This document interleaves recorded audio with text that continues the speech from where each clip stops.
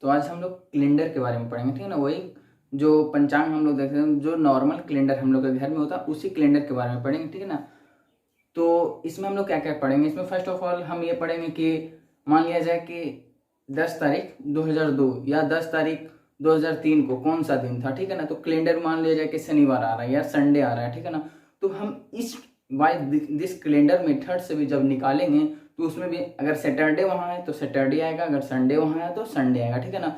तो हम लोग आते हैं पर सबसे पहले बेसिक कॉन्सेप्ट में, ठीक है ना। तो बेसिक कॉन्सेप्ट में हम लोग सब जानते हैं कि हमारे पास ईयर, जो हमारा जो साल है वो दो तरह का होता है। एक नॉर्मल ईयर होता है, एक लीप ईयर होता है, ठीक है ना।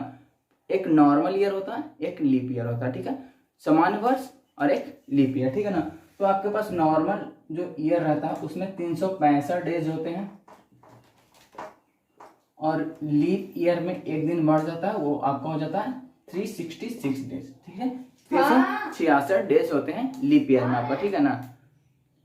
तो ये नॉर्मल ईयर तो 365 डेज होते हैं, लीप ईयर में 366 डेज होते हैं, ठीक है ना। अब हमारे पास एक दूसरा आपका ये लीप ईयर, ठीक है ना। ये लीप ईयर क्या होता है, वो ऐसा वर्ष जो 4 से पूरी पूरी विभाजित हो जाए उसे लीप ईयर कहते हैं। ये हमारा पूरा डिफिनीशन नहीं है, ये हमारा अधूरा डिफिनीशन, ठीक है ना। तो जो अधूरा डिफिनीशन हमने आपको बताया, सबसे पहले उसका एग्जाम्पल ले लेते हैं, फिर उसको पूरा कर लेते हैं, ठीक है ना।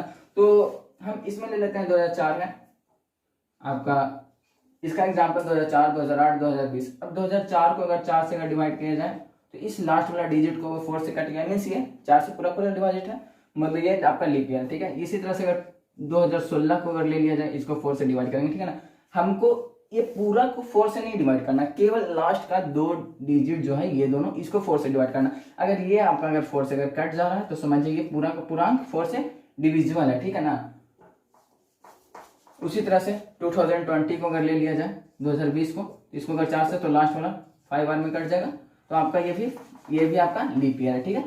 अब हम मालूम आते हैं इसी डिफिनीशन को पूरा करते हैं, परंतु सेंचुरी ईयर के केस में ऐसा नहीं होगा। सेंचुरी ईयर शताब्दी वर्ष को कहते हैं, ठीक है ना। जैसे 100 वर्ष हो गया, 200 वर्ष हो गया, 500 वर्ष हो गया, 1000 वर्ष हो गया, 1200 वर्ष हो गया, ये सब आपका सेंचुरी, इसको हम शताब्दी वर्ष कहते हैं। हिंदी में शताब्दी वर्ष बोलते हैं, इंग्लिश में सेंचुरी ईयर बोलते हैं, ठीक है ना।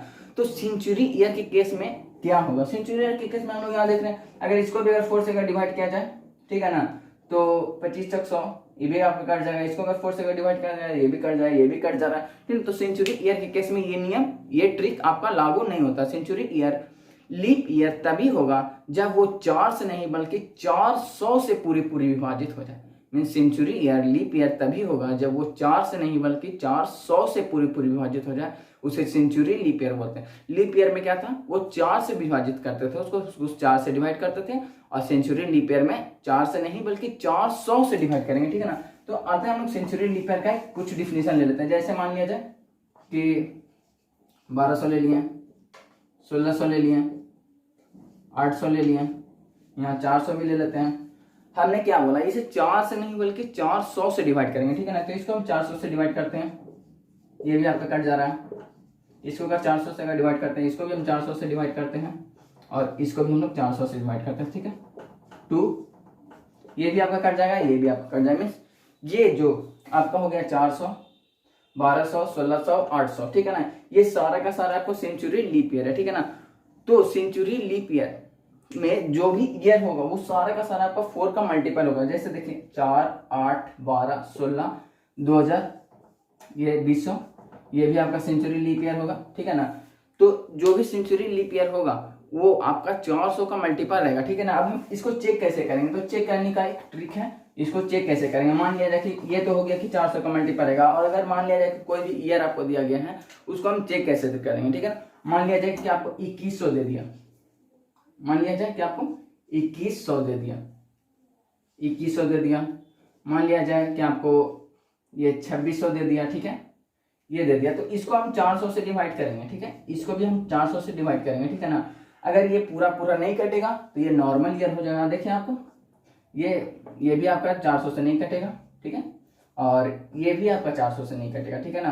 तो ये भी आपका है जो नॉर्मल ईयर हो गया, और ये भी आपका नॉर्मल ईयर हो गया, ठीक है। नॉर्मल ईयर को हम लोग NY से डिनोट करते हैं और लीप ईयर को LY से डिनोट करते हैं, ठीक है ना। मान लिया जाए कि 2000 तो हम पहले कैसे देख रहे हैं, लास्ट में डबल जीरो है, लास्ट में डबल जीरो है, लास्ट में डबल जीरो, जहां भी लास्ट में डबल जीरो है इसका मतलब वो शताब्दी वर्ष है, उसको हम 4 से नहीं बल्कि 400 से डिवाइड करके उसका ट्रिक लगाएंगे, ठीक है ना। इसको हम 400 से डिवाइड करते हैं, ठीक है ना, तो ये पूरा पूरा कट जाता है, मतलब ये आपका लीप ईयर है, ठीक है ना।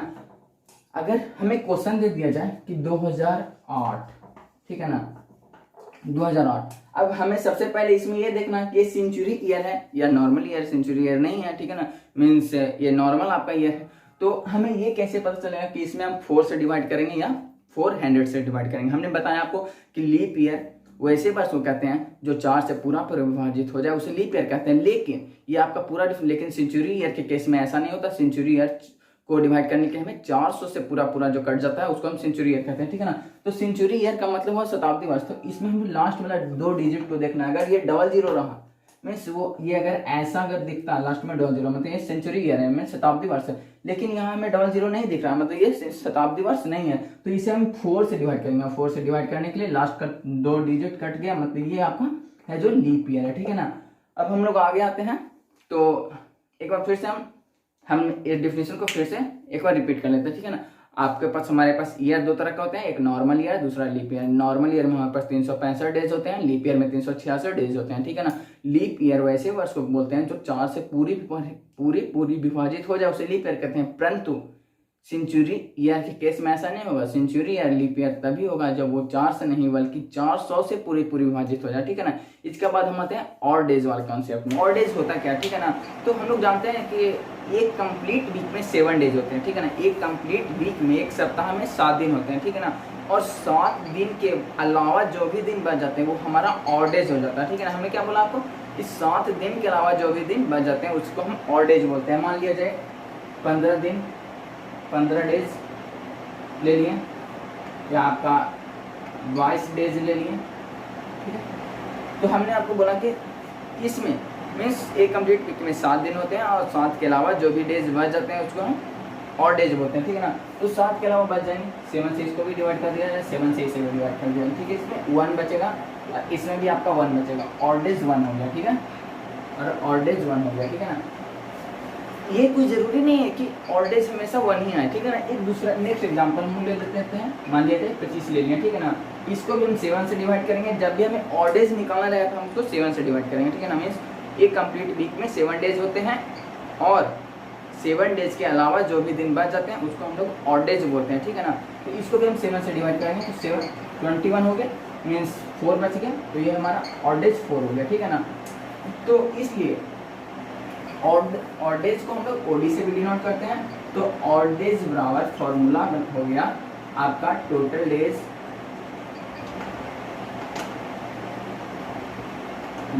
डिवाइडेड बाय 7, और जो आपका रिमाइंडर बच जाता है, मीन्स जो आपका शेष बच गया वही हमारा ऑड डेज हो गया, मीन्स जो हमारा शेष बच गया वही हमारा ऑड डेज हो गया, ठीक है ना। लेकिन हमें एक बार ध्यान रखना, ठीक है ना, कि दिए गए दिन को ही केवल 7 से डिवाइड करके हम ऑड डेज निकाल सकते हैं। ये कंडीशन, ये जो आपको हम ट्रिक बताएं, ये जो आपको मेथड बताएं, इससे हम केवल डेज का ऑड डेज निकाल सकते हैं, ठीक है ना। ईयर का ऑड डेज नहीं निकाल सकते, केवल और केवल डेज का ऑड डेज निकाल सकते हैं, ठीक है ना। ईयर का ऑड डेज नहीं निकाल सकते, ठीक है ना। और ये जो हमारा ऑड डेज आएगा, ये जो आपका 1 आया था, 5 आया था, 4 आया था, ये सब आया था, तो ऑड डेज जब भी होगा वो 7 से छोटा होगा, ठीक है ना। 7 से छोटा मीन्स स्मॉलर देन 7,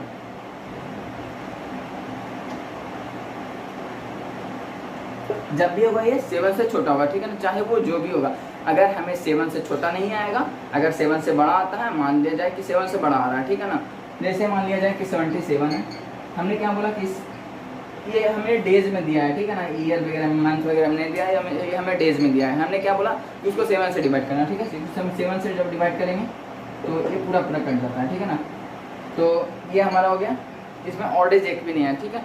तो हमारा जो ऑड डेज होगा वो हमेशा 7 से छोटा होगा, ठीक है ना। 7 से बड़ा नहीं हो सकता, 1 हो सकता है, 2 हो सकता है, 3 हो सकता है, 4 हो सकता है, 5 हो सकता है, 6 हो सकता है, 0 भी हो सकता है। जैसे मैं 0 में ले लीजिए 21 डिवाइडेड बाई 7, 7 3 जा 21 पूरा कट गया, मीन्स 0 ऑड डेज,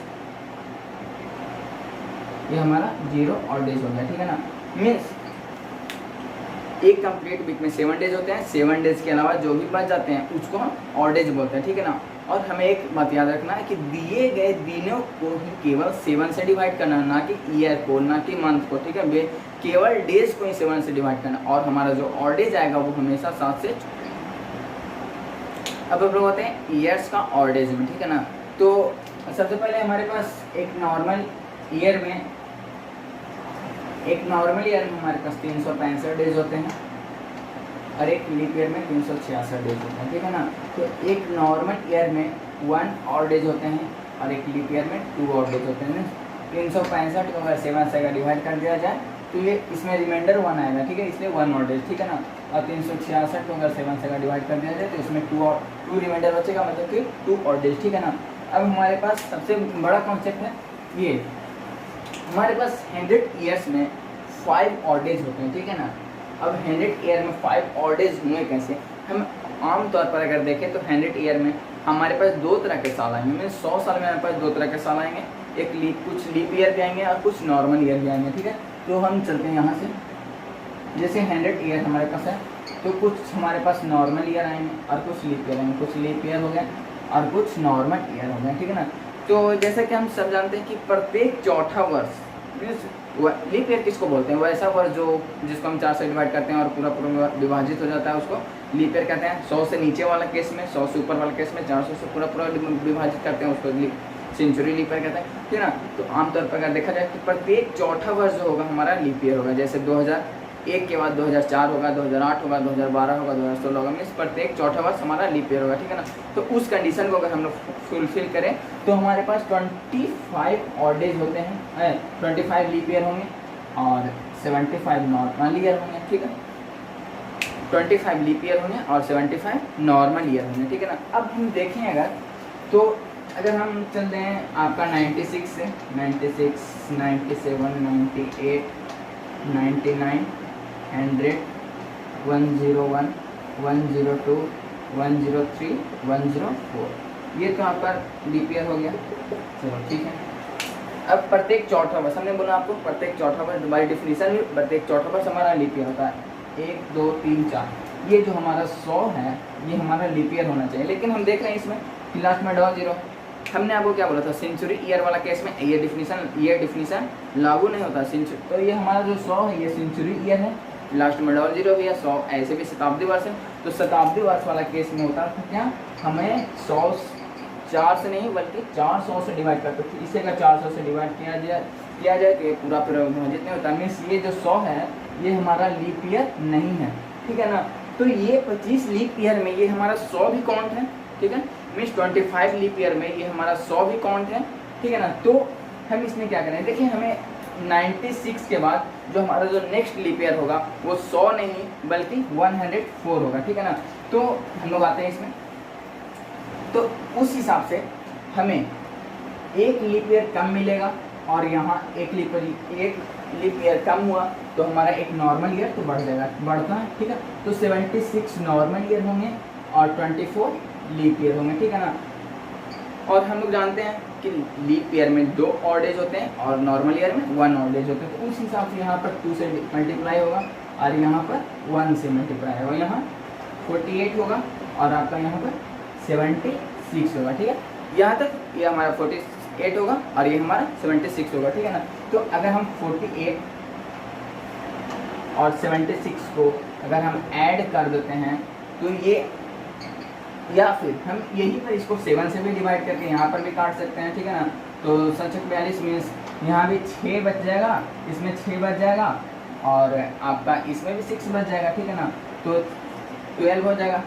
हमने क्या बोलता, अगर ऑड डेज अगर 7 से बड़ा आ जाएगा तो उसको हम फिर से छोटा करेंगे, तो फिर इसको 7 से फिर डिवाइड करो, ठीक है। जब इसको फिर से जब 7 से जब डिवाइड करेंगे तो हमारा इसमें 5 रिमाइंडर बचेगा, तो वही 5 यहाँ आया हमारा ऑड डेज हो गया, ठीक है ना। अब अगर हम वैसे नहीं बनाएं, अगर हम डायरेक्ट इसी को अगर 48 और प्लस 76 को अगर इसको डायरेक्ट अगर जोड़ दें तो ये हमारा 124 डेज आएगा, ठीक है। 124 को भी अगर हम, ये हमारा डेज में इसलिए हम इसको 7 से डिवाइड करेंगे, तो 7 से अगर डिवाइड करते हैं तो हमारे पास 5 रिमाइंडर के रूप में बचेगा, ठीक है। तो वही 5 डेज हमारा ये यहाँ होगा, तो वही 5 डेज हमारा 100 ईयर में हमारा ऑड डेज कितना होगा 5, ठीक है। अब 200 ईयर में मीन्स 200 ईयर में कितने ऑड डेज होंगे, ठीक है ना। तो 200 ईयर में 100 ईयर मीन्स 1 से 100, फिर नेक्स्ट 101 से 200, फिर यहाँ भी 5 ऑड डेज, यहाँ भी 5 ऑड डेज, ठीक है। तो 5 ऑड डेज और प्लस 5 ऑड डेज, तो यहीं आते हैं 5 ऑड डेज हो गया और प्लस 5 ऑड डेज हो गया, तो मिल करके टोटल 10 ऑड डेज हो गए। तो 10 ऑड डेज हो गए, तो इस डेज में इसलिए 7 से फिर से इसको डिवाइड करके फिर से छोटा बनाना पड़ेगा, इसलिए यहाँ पर टोटल 3 ऑड डेज, ठीक है ना। अब 300 वर्ष में आते हैं, तो 300 वर्ष में 5 ऑड डेज, पहले 100 वर्ष के लिए फिर 5 ऑड डेज, दूसरा 100 वर्ष के लिए और तीसरा 100 वर्ष के लिए फिर से 5 ऑड डेज, मीन्स टोटल मिला करके 15 ऑड डेज। 15 ऑड डेज है, तो इसको हम फिर से 7 से डिवाइड करेंगे, हमारा रिमाइंडर के रूप में 1 आएगा, तो 1 ऑड डेज हो जाएगा, ठीक है। अब हम लोग आते हैं 400 वर्ष में, तो पहला 100 वर्ष के लिए 5 ऑड डेज, फिर दूसरा 100 वर्ष के लिए 5 ऑड डेज, तीसरा 100 वर्ष के लिए 5 ऑड डेज, अब चौथा 100 वर्ष के लिए 5 ऑड डेज होगा। इसके साथ साथ हम देख रहे हैं कि इसमें हमारे पास क्या आया, 1 से 300 वर्ष तक के, तो ठीक है। फिर 300 से जब हम 400 वर्ष में जब जाते हैं, तो हमारे पास यहाँ सारा ईयर हमारा सेंचुरी ईयर जो है हमारा नॉर्मल ईयर मिलता है, लेकिन ये 400 वर्ष जो है ये 400 ये सेंचुरी लीप ईयर, तो सेंचुरी लीप ईयर में होता क्या है कि 1 डेज बढ़ जाता है, ठीक है ना। तो वही 1 डेज यहाँ पर बढ़ जाएगा, ठीक है। कौन सा, ये 400 जो सेंचुरी लीप ईयर है, सेंचुरी लीप ईयर किसको बोलते हैं, वैसा वर्ष जो वैसा सेंचुरी ईयर जो 400 से पूरा विभाजित हो जाए। सबसे पहले ये सेंचुरी ईयर भी है, 400 है, 00 है, तो सेंचुरी ईयर है, फिर इसको 400 से जब डिवाइड करते हैं तो पूरा मीन्स सेंचुरी लीप ईयर भी हो गया। तो ये हमारा इसको अगर काउंट करते हैं तो 21 आ गया, इसको भी अगर 7 से डिवाइड कर दिया जाए तो 0 ऑड डेज हो गया, ठीक है ना। तो हमारे पास नॉर्मल ईयर में 1 ऑड डेज, लीप ईयर में 2 ऑड डेज, ये तो नॉर्मली याद रहेगा, ठीक है। 365 डेज और 366 डेज, ठीक है ना।